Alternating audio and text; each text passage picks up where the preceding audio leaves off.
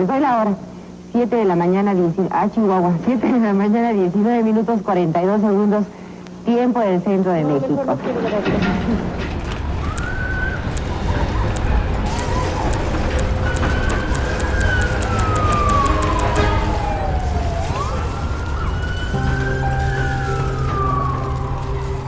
Bueno, yo soy José Luis Fernández Zayas, soy investigador de tiempo completo del Instituto de Ingeniería desde 1975, pero yo empecé a dar clases en la UNAM antes, en 1965. Y en este intervalo he tenido puestos importantes en el gobierno, he tenido mis empresas, he tenido una trayectoria de muchos años en la iniciativa privada. Y en aquella época en la que hubo políticas nacionales de fomento al desarrollo, yo participé en el Foro Consultivo Científico y Tecnológico, por ejemplo, que ya no existe, en el CONACYT, yo fui el primer becario del CONACYT, que ya no existe, y de alguna manera estuvimos empujando los proyectos de innovación que el día de hoy empiezan otra vez a llamar la atención, porque no son mala idea. Y me dedico a temas que están relacionados con energía y con el agua. ¿Podría contarnos dónde estaba usted y en qué etapa de su vida estaba cuando ocurrió el sismo de 1985 en México?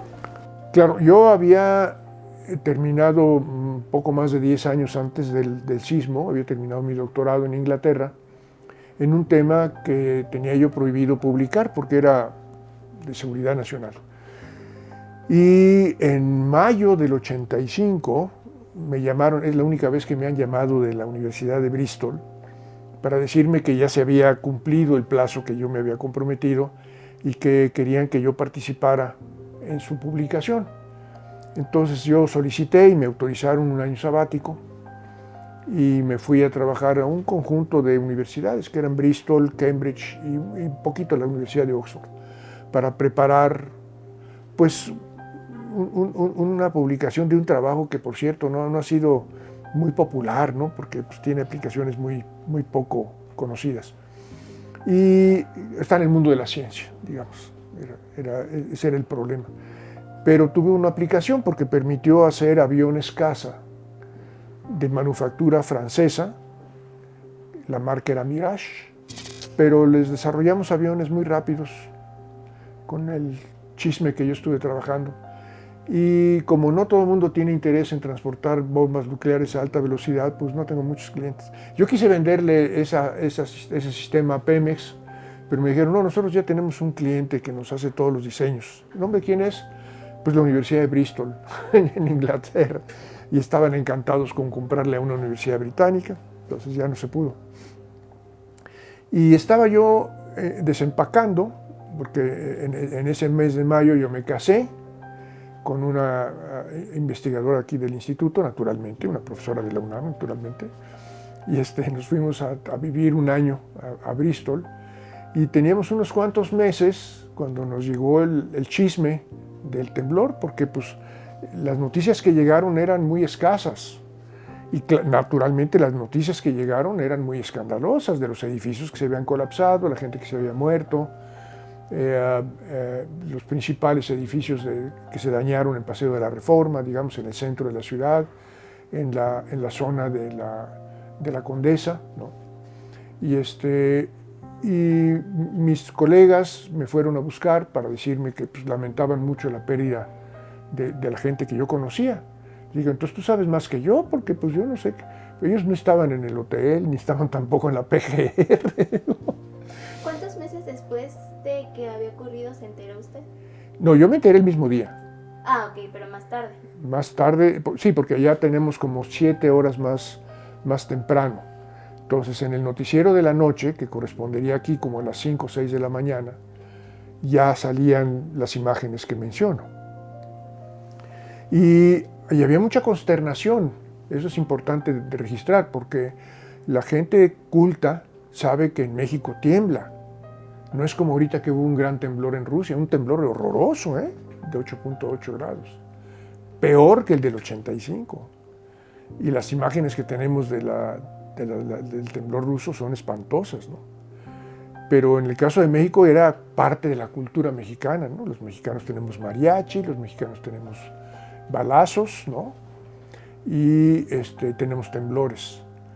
Y había muchas historias que se contaron, muchas más de las que aquí se cuentan, de gentes, ¿cómo le diré? Gentes que ayudaron a rescatar a personajes que estaban atrapados en los escombros, por ejemplo. A mí me han contado gentes que vivieron el temblor, cómo les regalaban ropa, por ejemplo, porque los que salieron de los edificios, por ejemplo en la zona de la Condesa, salieron con lo que tenían puesto, que en la madrugada no era mucho, por ejemplo no tenían zapatos, y entonces la gente que pasaba les daba zapatos. Ya conforme pasaron los días, porque se cayó la terminal telefónica, entonces yo no podía comunicarme con mi familia. Pero yo ya venía de una cultura donde temblaba. En México tiembla. Y a mí me habían tocado temblores en los años 70 y a principios de los años 80, algunos muy fuertes, ¿no? Lo que pasa es que los jóvenes no se deben acordar, pero tuvimos un temblor fenomenal en el 57 cuando se cayó el Ángel. Una de las estructuras más robustas en la historia del hombre es la columna de la Independencia, que no se dañó para nada. Pero se meneó con tal vehemencia que tiró al ángel que tenía, que no es un ángel, es una victoria. Ustedes tienen, y yo tengo también muchas fotos del ángel tirado, que esa fue la razón de existir del Instituto de Ingeniería. En 1956, una universidad mucho más pequeña que la que ahora tenemos, tenía como rector un ingeniero mecánico de suelos, que se llamó Nabor Carrillo, que además es un científico del propio instituto. No había tal cosa como el instituto, había una división de investigación en la Facultad de Ingeniería. Y poco a poco se fueron amafiando los investigadores, crearon una asociación civil que se llama Instituto de Ingeniería, asociación civil que todavía existe, en papel por lo menos, y que tenía la misión de crear oportunidades para hacer investigación necesaria para México. En el 56 el rector Carrillo propuso al Consejo Universitario la formalización del Instituto de Ingeniería, pero no tenía presupuesto. Pero la facultad pues sí tenía unos centavitos, entonces decidieron contratar un superinvestigador. Cuando digo un superinvestigador, es uno de los mejores de la historia del hombre, que se llamó Emilio Rosenbluth. Y Emilio pues ya estaba en Estados Unidos, había terminado su doctorado, era profesor de una universidad muy importante. Por alguna de esas cosas que los chilangos luego se les da, lo convencieron de que viniera a México. Cuando ya estaba empacando Emilio y estaba por llegar a México, llegó el temblor del 57. Emilio era experto en todo lo que usted le pusiera, era un experto en matemáticas, por ejemplo, pero tenía mucho conocimiento de mecánica de rocas y mecánica de suelos. Y aquí tenemos todavía un buen grupo de mecánica de rocas y es muy importante a nivel mundial. Por ejemplo, para entender los sismos. Tenemos gente tan destacada como, por ejemplo, Paco Sánchez Esma o Mario Ordaz Schroeder. Hay mucha gente que sabe de esto a nivel de clase mundial. Y Emilio venía a sumarse a un grupo muy distinguido de gente que hacía ingeniería civil de avanzada. Las obras que estaba emprendiendo el instituto, que era una división de investigación de la facultad, eran muy importantes. Cuando llega el sismo del 57 y se cae el Ángel. Entonces el presidente de la República, eso todo me lo contó Emilio, le habló por teléfono al director de la Facultad de Ingeniería y le dice, oye, quiero que alguien me explique qué es lo que pasó, cómo que hay un temblor y se cae el Ángel y se rompe y la columna de la Independencia no le pasa nada, ¿cómo estuvo eso? Entonces dice, mira, acabamos de contratar uno de los mejores investigadores en sismos del mundo, yo te lo voy a poner en contacto. Entonces ya lo convencieron a Emilio de que se pusiera a las órdenes del presidente de la República. El tipo dice, es que nadie sabe tanto de sismos como yo. Él no sabía casi nada, pero con eso era suficiente. Nadie sabía nada. En el 57 nadie sabía que era un sismo. Nadie medía nada. Ustedes seguramente no recuerdan, pero han de haber visto ilustraciones donde algunos edificios en Reforma se cayeron como sándwich, ¿sí? Quedaron las columnas exteriores y todo lo que estaba dentro, incluyendo los seres humanos, quedaron ahí prensados. ¿Qué significaba eso? de qué magnitud habían sido las aceleraciones, cómo prevenir ese daño. Y entonces le preguntaron, ¿cómo le vamos a hacer para que no nos vuelva a pasar? Ya vamos a ver. Sí, sí. Entonces creó una comisión que todavía existe, que ha tenido muchos renovados, que tiene como sede el Instituto de Ingeniería, que es la Comisión de las Revisiones Periódicas del Reglamento General de Construcciones. Dice que es del Valle de México, o de la Ciudad de México, porque lo paga la Ciudad de México. Pero es el único que tenemos, pues yo diría, en toda América Latina. Todo el mundo lo copia, hasta los argentinos, los brasileños. Todo el mundo copia el de México, hasta los japoneses. Y lo que tenemos aquí es un cariño, ¿no?, por la tradición, porque tuvimos ingenieros tan buenos como Emilio y muchos otros que pasaron por ahí. Luis Esteva fue muy importante, creo que lo sigue siendo en el mismo comité. Sesiona en el Instituto de Ingeniería y tiene gente del gobierno de la ciudad, y tiene gente de la Facultad de Arquitectura, y gente de otras partes de la UNAM, y gente de las empresas y del Colegio de Ingenieros Civiles, y se hace periódicamente. Antes lo organizaba el director del instituto, ahora no sé quién lo organice, pero el que siempre fue muy importante fue Luis Esteva, que fue un gran director, por cierto, porque sí le entiende muy bien. Él fue el primer discípulo mexicano de Emilio Rosenbluth. Bueno, por un lado yo tenía una televisión rentada, entonces yo podía ver las noticias de un noticiero de buena calidad, que es el de la BBC de Londres, donde venían todas las imágenes que ya le conté. Por otro lado, mi familia, la mayor parte de la gente de mi familia, de mis tíos y eso, vive en esta zona, que es Pedregal. O sea, los temblores aquí no son especialmente fuertes, nunca han sido. Y yo creo que, yo sí me preocupé porque sí veía mucha destrucción, muchos muertos en mi ciudad, en mi país, pero yo sabía por un lado, yo sabía que teníamos al instituto. O sea, si vamos a tener, decía Emilio Rosenbluth, el día que tengamos un temblor de más de 9, no quede una piedra arriba de otra. Yo me hice muy amigo de Emilio Rosenbluth, déjenme presumir. Terminamos teniendo una puerta de comunicación entre su oficina y la mía. Y luego me hacía preguntas de sus progresos matemáticos, que yo no entendía, desde luego no entendía las matemáticas, pero no entendía las preguntas. Era un hombre muy avanzado, pero muy generoso. Y genio de tiempo completo, no era genial, era un genio de tiempo completo. Y yo lo conocía ya sabía que estaban haciendo el reglamento de construcción. Si se habían caído los edificios que se cayeron, pues era porque no cumplían las normas que ya estaban en vigor. Y yo me acuerdo que ese fue un problema muy grave, que tuvo a su cargo, entre otros, el ingeniero Daniel Ruiz Fernández, que fue director del Instituto de Ingeniería y fue secretario de Obras del gobierno de la Ciudad de México en la época de Manuel Camacho. Y el maestro, yo también lo traté mucho al maestro Ruiz Fernández, lamentablemente no soy pariente de él, pero él se preocupaba mucho porque decía, es una norma obligatoria, porque esto nos puede costar vidas. ¿Cómo fue el enterarse de, pues ya cuando tal vez todo estaba bajo control, cómo se restableció el servicio de telecomunicaciones y después cuando pudo comunicarse con su familia, todo eso? Pero ya le dije que teníamos un director muy bueno, que era Luis Esteva. Era de esas gentes que lo venían a ver de diferentes partes de Europa, de Japón, para consultarlo, ¿no?, como por seguridad estructural. Él es ahora nuestro principal investigador en riesgo sísmico. Y muy poca gente sabe qué es eso. Pero el riesgo sísmico vale dinero, vale muchísimo dinero. Porque si usted tiene una aseguradora y se le muere un cliente, le cuesta un montón de millones de pesos.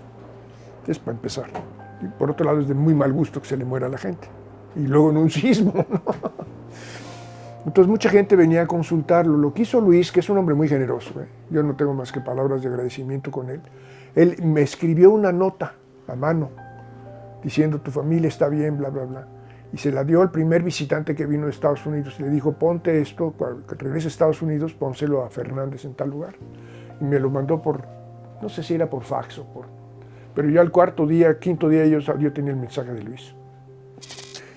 Yo diría que una de las principales consecuencias de nuestro trabajo universitario con el sismo, que por cierto tiene, como ya decía, las raíces desde la fundación del instituto, Y como el instituto se convirtió en el lugar de élite, porque era la investigación científica, no sé qué, pues muchos de los principales profesores de la Facultad de Ingeniería y de la Facultad de Química vienen o vinieron o trabajaban o trabajan con el Instituto de Ingeniería. El Instituto de Ingeniería representa más del 80% del trabajo patrocinado del país y tiene fama de ser el más grande.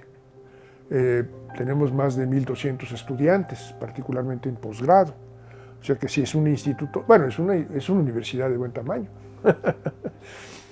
Y todo eso empezó a ocurrir cuando nos dimos cuenta de que lo que estábamos haciendo sí era muy importante. Yo por eso traigo a colación el accidente de la columna de la Independencia. Yo digo que pues fue un acto de la Virgen de Guadalupe, ¿no? Que nos trajo el sismo y a Emilio Rosenbluth. Y entonces salimos a flote, salimos muy bien a flote. Es una institución y tuvimos también la influencia de un rector que conocía del tema, Nabor Carrillo, un hombre muy importante. El día de hoy sigue teniendo teorías que hay que rescatar sobre el Valle de México, sobre el lago de Texcoco. Y hay algunos ingenieros de muy buena factura, todavía dando mucha lata. Está Roberto Meli. Entre los muy jóvenes está Sergio Alcocer, por ejemplo, que es buenísimo. También es ingeniero civil. Yo tuve mucho tiempo como jefe, yo fui chícharo de varios de ellos. Y yo tuve mucho tiempo como jefe a Daniel Reséndiz, también un gran ingeniero civil, que escribió libros muy buenos sobre el futuro de la ingeniería. Entonces, una de las cosas que yo creo que hay que tener presente como corolario para beneficio de las generaciones futuras es que a nosotros se nos hace obligatorio planear el futuro.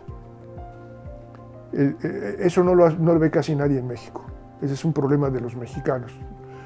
De repente nos preguntamos, hijo, le va a dar la hora de la comida, ¿con quién voy a comer? Pero yo no me refiero a ese futuro. Nosotros empezamos a desarrollar, y no nada más ingenieros civiles, con muchos ingenieros mecánicos, muchos ingenieros de sistemas, una gran red de información sísmica que todavía funciona, que está en la costa del Pacífico, desde Oaxaca hasta el norte de Guerrero y Michoacán. Por eso tenemos una alerta sísmica que no tiene nadie en el mundo. Pero una de las cosas, decía yo, que el sismo del 85 nos dejó, es ese sentimiento de obligatoriedad de prever el futuro. Empieza por el reglamento de construcciones, se apoya mucho en la red sísmica. Tenemos una empresa que nosotros mismos operamos, que es una asociación civil, que es la que opera la red sísmica, no es del gobierno. El gobierno da la alerta, con la señal que le mandamos nosotros. Pero el gobierno, ya han cambiado los gobiernos, no se imagina, ¿eh? El PAN, el PRI, el PRD, Morena, y todo el mundo sabe que esta es una responsabilidad que estamos cumpliendo bien en la UNAM, la de la alerta sísmica y la del reglamento de construcción.